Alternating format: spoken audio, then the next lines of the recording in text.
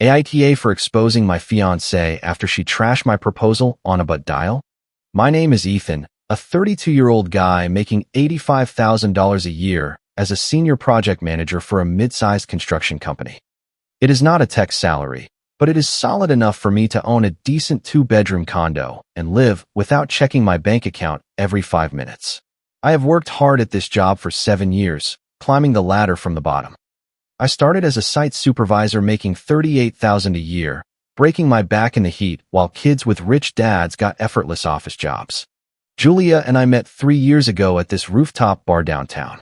I was celebrating my promotion with my buddies Finn, Mike, and Thor from work.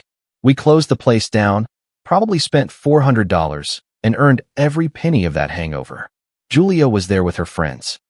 She was 28 years old and worked as a social media coordinator for a wellness brand. And honestly, she was incredibly attractive. Long black hair, a beautiful smile, and a laugh that made you want to be the one causing it. I am not going to lie. I was feeling confident that night. New promotion, good vibe, wearing this navy blue shirt that made my shoulders look broad. She walked up to me. I cracked a few jokes and had her laughing in under 5 minutes. Our first date was perfect. I took her to this steakhouse I had been wanting to try. Nothing crazy expensive, but good quality. She ordered the filet mignon without even looking at the price, which I respected. No games, no pretending she only wanted a salad. We talked for 3 hours straight, and when I walked her to her car, she was the one who kissed me first. 6 months later, we spent a weekend in a cabin I had rented in the mountains. 2 hours north, no cell service, just the two of us and a bottle of soda. She had brought a book about mindfulness or something like that. I had brought my laptop to catch up on some work. Friday night, she was curled up next to me by the fireplace, reading while I worked. Then she looked up and said, "I love the way you look when you are focused." It made me feel like I had found someone who truly understood me. Someone who did not need constant attention or validation. Someone solid. Looking back, I was an idiot. There were signs that I ignored. The first red flag should have been the way she constantly compared us to other couples. Not directly by asking for things, but always making sure I knew what other people were doing. Hazel's boyfriend got her flowers just because it is Tuesday. Laura's guy took her to that new restaurant with the tasting menu. She never asked me to do the same. She just reminded me of what was out there. The second red flag was money. In the beginning, we split the bill, which I respected, but she would always make little comments. I love our independence, but I have to admit I get a little jealous when I see traditional men who insist on paying. She did not ask me to pay.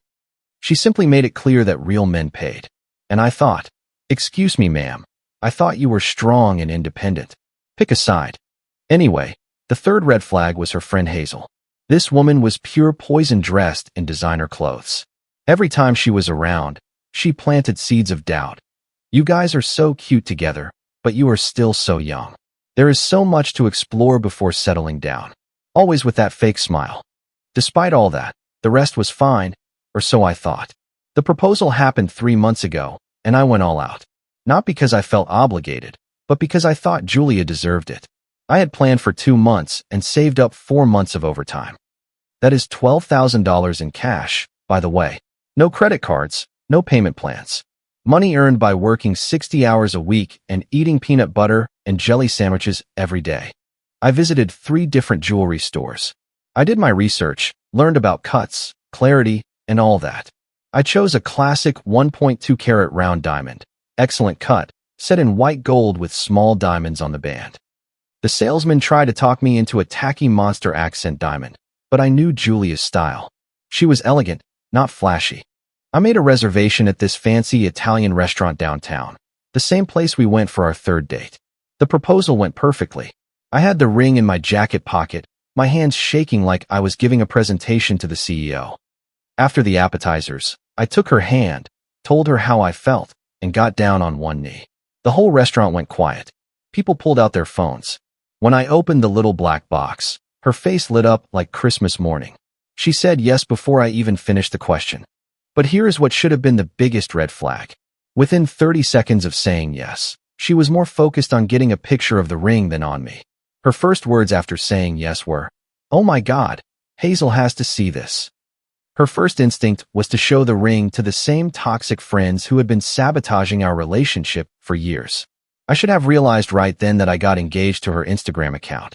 One Friday night, Julia announced a girls' night with her usual group, Hazel, Alora, and a few other vultures whose names I never bothered to remember. I was almost relieved. It gave me a quiet night to invite Finn over, play Call of Duty, and eat wings. Try not to solve all the world's problems in one night, I told her while she spent 2 hours getting ready. Finn arrived with a 12-pack of soda and his Xbox controller around 8 p.m. Then around 10:30 p.m., right in the middle of a game, my phone started buzzing. Julia's contact picture. Hold on, let me see what she wants, I told Finn, pausing the game. I answered, expecting to hear bar noise and Julia asking for an Uber or something like that. Instead, I heard muffled sounds like the phone was in her purse. I was about to hang up when I heard her voice perfectly clear. The whole thing was so pathetic, like genuinely embarrassing. Finn looked at me, his eyebrows raised. Something in my gut told me this was not about her job or some random drama. I put the phone on speaker. He took me to Giovanni's, the same place as our third date. Zero creativity, zero effort. Just recycled romance because he is too cheap and unimaginative to do better. My blood ran cold. She was talking about our engagement and the ring. Her voice got higher, more animated. Girls, I swear, it is so small I have to tilt my hand just right in photos so people do not see how tiny the diamond is. I had to fake being excited because the whole restaurant was watching us. But oh my God, I have seen bigger stones at the mall kiosk. Finn's jaw dropped. What the hell? I signaled him to stay quiet, so I could keep listening to my fiancée humiliate me in front of her little cult. Hazel's voice came through the speaker. Seriously, how much could he have spent? Like $1,000, maybe $1,500 if he really splurged. You know Ethan, the kind of guy who checks Groupon before booking a restaurant. Finn grabbed my shoulder, whispering, "Oh man." I just sat there feeling like I had been punched right in the throat. $1,500. The ring had cost me 4 months of overtime, living on instant noodles and gas station coffee, working weekends. Compare that to Jensen from The Office, Julia continued. He shows me pictures of jewelry he looks at as investments. We are talking real stones, 5 figures minimum. That is what a successful man does when he knows what he wants. Sounds like Jensen knows how to treat a woman, Alora added. Oh, he knows. When we go out to lunch, money is no object. Last week, he took me to this downtown spot where dinner is $400 for 2. He didn't even flinch when he saw the bill. When we go out, present tense, like it was a regular thing. Finn was now recording everything on his phone. Good idea. Jensen has been asking me out for months, and honestly, I am starting to think I chose the wrong man. He is ambitious, confident. He drives a gorgeous Audi S5. He lives in one of those luxury condos overlooking the city. Everything Ethan isn't and will never be. Every word hit like a sledgehammer to my chest. Then why are you still with Ethan? Another girl asked. Because I thought I loved him. But it is like settling for the bare minimum. You see, Ethan is the safe choice. The reliable Honda Civic when you are dreaming of a Porsche. The room erupted in laughter. Ethan comes home at 5:30 every day, watches Netflix until bedtime, and thinks Olive Garden is fine dining. No ambition, no excitement, no growth. Jensen talks about opening his own investment firm, traveling to Europe every summer, buying rental properties. When Ethan talks about the future, it is just more of the same middle-class boredom. And you and Jensen? Hazel left the question hanging. Nothing physical yet, but my God, the chemistry is unreal. When we are together at his work lunches, it is electric. He looks at me like I am the most fascinating woman in the world. The others cheered her on like pseudotherapists. Ethan is okay in bed, but so predictable. Jensen has this confidence. You know he would totally take charge. Finn looked at me like I had just been shot. 20 minutes. 20 minutes of my fiancée explaining to her friends how ashamed she was of me, how she was practically cheating with her coworker, and how she had settled for less than she deserved. You deserve so much better, Hazel concluded. You are 28. You are gorgeous. You work for a trendy company. Men like Jensen are waiting for you. I had heard enough, more than enough. Finn stopped recording, his eyes full of rage. Dude, what are you going to do? I did not hesitate for a second. I opened Facebook Messenger, found Alora's profile, and typed, "Put Julia on speakerphone. I have something to say to everyone." Sent. The effect was immediate and beautiful. The chatter stopped dead. Someone gasped. I heard chairs scraping against the floor. Panic spread like wildfire. Oh my God, Julia whispered to Alora. Ethan just texted me. He can hear us. Total silence. Except for the background noise of the bar and what sounded like Julia's soul leaving her body. Ethan. Her voice was shaking. Ethan, are you there? I let the silence drag on for a full 30 seconds. Then I spoke. Yes, Julia. I have been listening for 25 minutes. Really enlightening conversation you ladies were having. Babe, I can explain. I was just. No need to explain. You made yourself perfectly clear. Thanks for the honesty. It will save us both a lot of time. Babe, I had a little to drink. I didn't mean. Funny how fast she pulled out that excuse too. You meant every word. And regarding Jensen, wish him luck with your toxic friends and your constant need for validation. He is going to need it. Finn was smiling like it was Christmas morning. And Julia, that ridiculously small ring you were mocking? It cost me $12,000, not $1,500. But do not worry. You will not have to be embarrassed by my cheap taste much longer. And I hung up. My phone blew up. Calls, texts. Julia, Alora, Hazel, unknown numbers. All panicking, all doing damage control. Finn was still holding up his phone. Man, I recorded everything. Every single word. I turned off my phone and opened another can. Send me the file. I have some calls to make tomorrow. Saturday morning, I woke up with absolute clarity. First stop, the bank. At 9 a.m. sharp, I was at the branch to close our joint wedding account. Julia had contributed about $2,000 out of the $14,000 saved. The rest was my money. I transferred every penny to my personal account while the confused teller processed the transaction without asking questions. Second stop, the jewelry store where I had bought the ring.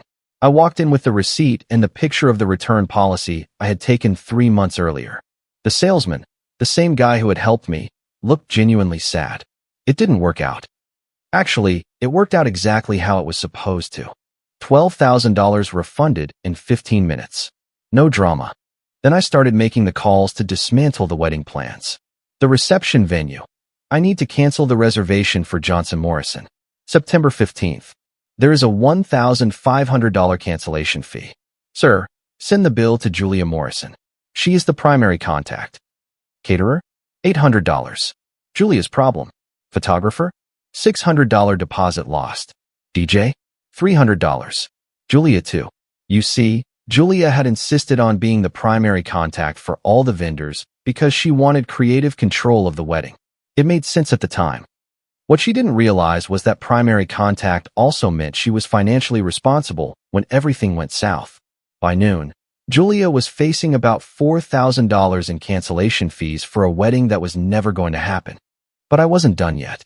Finn had sent me the audio file, and I listened to it while running errands.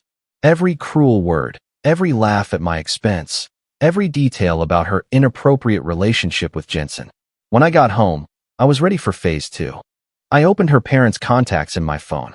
John and Elise had treated me like family from day one. Holiday invitations, birthday gifts, always interested in my work, proud when I got promoted. They deserved to know what their daughter really thought of the man they had welcomed into their family. I sent them a text with the audio file attached. John and Elise, the wedding is off. This recording will explain why. Then I opened a soda and waited. 20 minutes later, my phone rang. Ethan, my boy, Elise and I just listened to the recording. His voice was heavy with disappointment. We are so sorry. We had no idea Julia felt that way about you, or that she was seeing someone else. It is not your fault, John. You have always been good to me. We are ashamed of her, Elise said in the background, on speakerphone. That is not how we raised her. Is there anything we can do? I looked around my apartment, the one I was paying for before Julia ever moved her stuff in. Just make sure she gets her things out of here by Sunday. That is all I need. After hanging up, I felt something I had not felt in months. Peace. For the first time in this relationship, I was no longer walking on eggshells. Julia arrived around 6 p.m. She looked like she had been hit by a truck, still dressed like the night before. Ethan, we need to talk. No, we are done. Get your stuff and leave. You cannot be serious.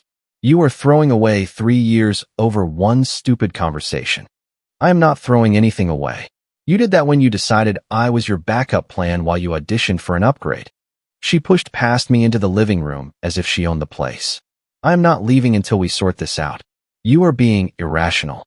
My phone rang. John again. Ethan, I hope you do not mind me calling back. Elise and I want you to know one thing. Julia's eyes widened when she heard her father's voice. You will always be family. What Julia did is unforgivable. We are ashamed to call her our daughter right now. Julia was frantically waving at me to hang up. I put it on speakerphone. The way she talked about your proposal, everything you did for her, this other man, it is sickening, Elise said. Mom, please. Julia cried. You. John cut in. We are ashamed of you. Ethan has been nothing but good to us, and this is how you repay him. The look on her face was worth every penny of that ring. After the call, Julia exploded. You had no right to involve my family. You violated my privacy by listening to a private conversation. You called me by mistake, genius. If you didn't want me to hear, maybe don't dial the number of the person you are insulting. Everyone needs to vent. Everyone criticizes their relationship sometimes. I looked at her like she had two heads. For 25 minutes? Saying I am embarrassing, that another man would be better, that you practically have an inappropriate relationship with him already? That is not what I said. I recorded everything, Julia. Every word. Her face went white, but she kept going. That is exactly what I was saying. You never try to fight for anything. You just give up and burn everything down. I looked her dead in the eye. Enough. You will not manipulate me anymore. Now get your stuff and get out. She started crying. Ethan, please. I had been drinking. Shut up. She refused to leave, sitting on my couch, in my apartment, making demands as if she still had any power. This is my home too. Your name is not on the lease or the bills. You were staying here. You did not live here. Her tears stopped. She understood. She had nothing.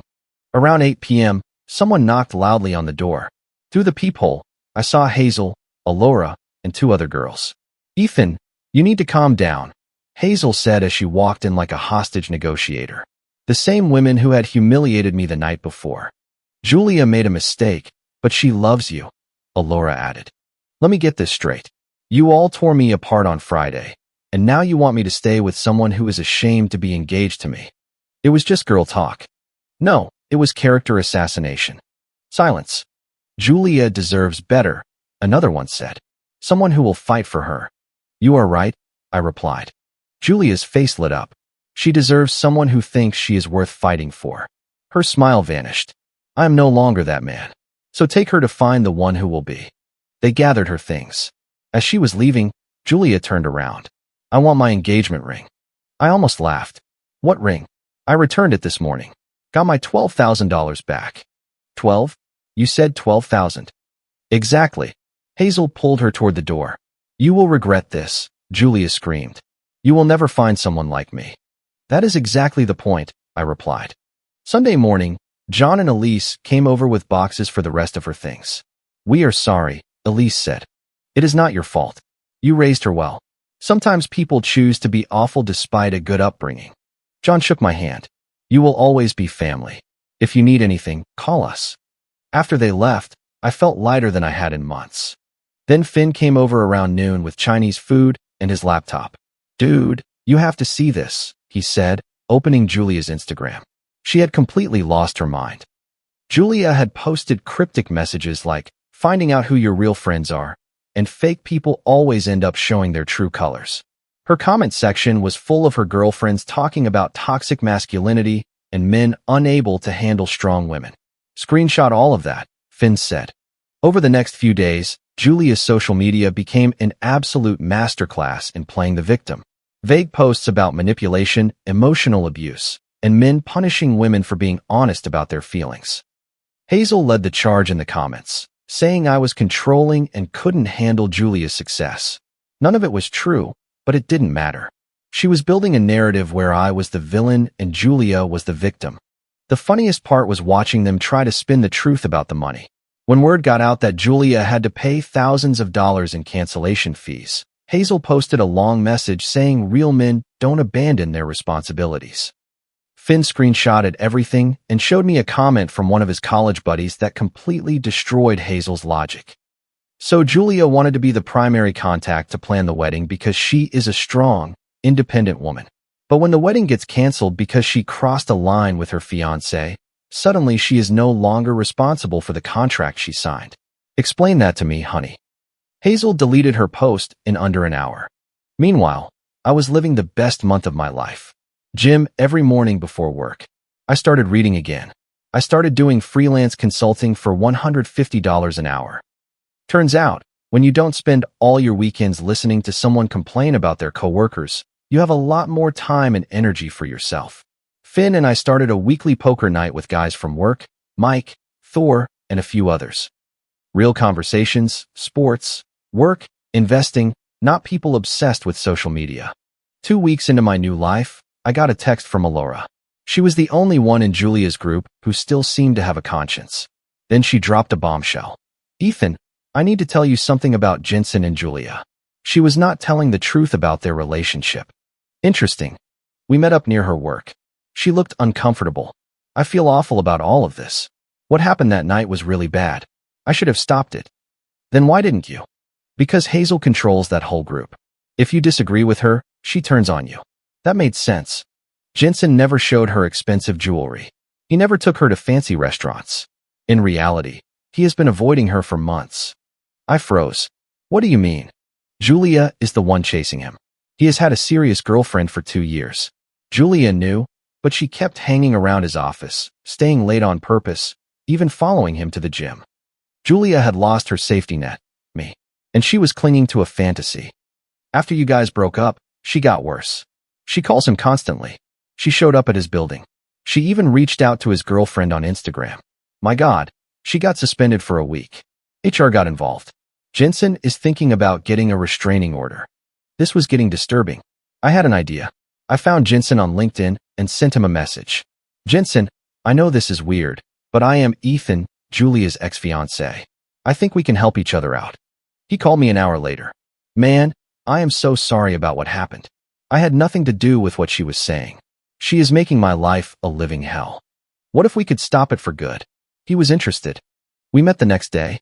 Good-looking guy, confident. Exactly the type Julia thought she deserved. I explained the plan to him. You text her. You suggest meeting in a public place. Finn and I will be there. You want to humiliate her publicly? I want to give her the chance to prove she can do better than me. He smiled. I am in, but my girlfriend will be there too. Even better. We chose Murphy's Diner for Thursday night.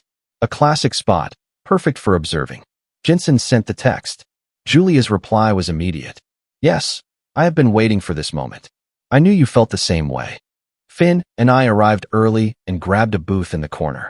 Phones ready to record. Julia arrived 20 minutes late, dressed like she was going to a nightclub. Tight black dress, high heels, full makeup. She rushed over to Jensen. I am so happy you called me. Jensen played along. They ordered. Julia was openly flirting, touching his hand, laughing at everything he said. I have always felt this incredible connection between us. Ethan didn't understand my ambitions. But you do. She lowered her voice. Sometimes, you have to take risks for the right person. And that is when Jensen's girlfriend walked in. A beautiful brunette wearing scrubs. She walked right up. Jensen, you said you would be done by 8. Who is this woman? Julia's face went from seductive to confused, then furious in 3 seconds. Julia, meet my girlfriend Jennifer. Jennifer, this is Julia, the co-worker I told you about.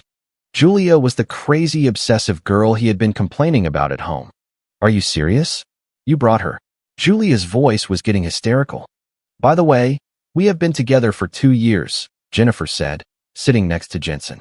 You must be the one calling him at all hours and showing up at his building. Julia started to stutter.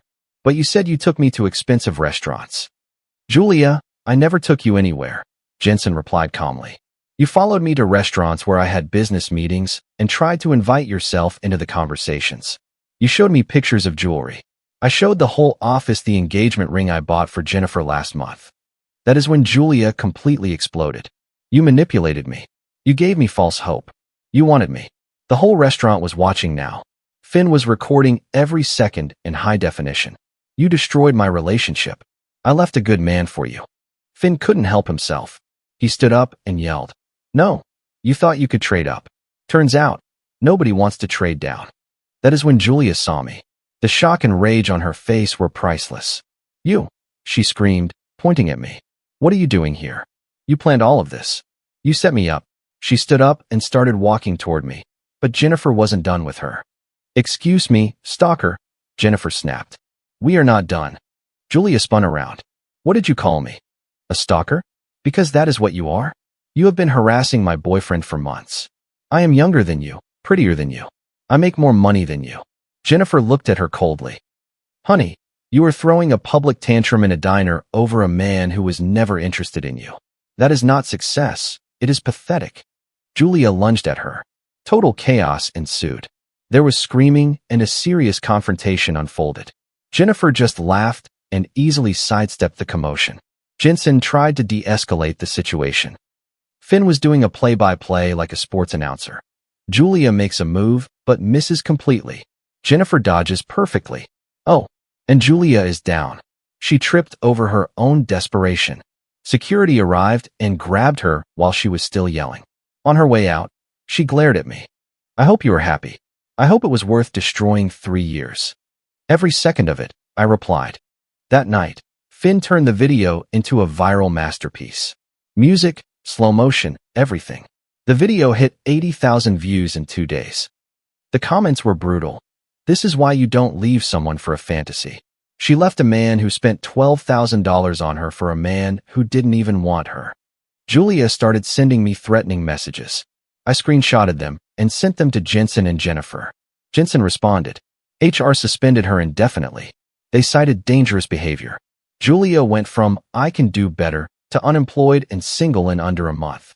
Her social media collapsed. Her friend group fell apart. Alora distanced herself. Even Hazel was getting tired of the drama. 3 weeks later, John sent me a text. Julia moved back home.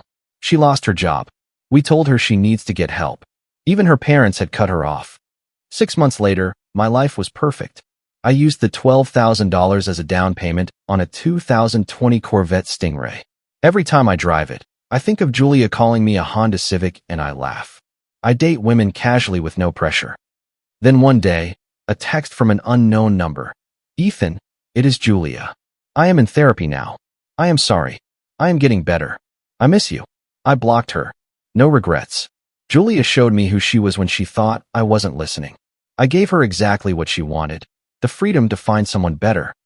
Sometimes, the trash takes itself out. Comment.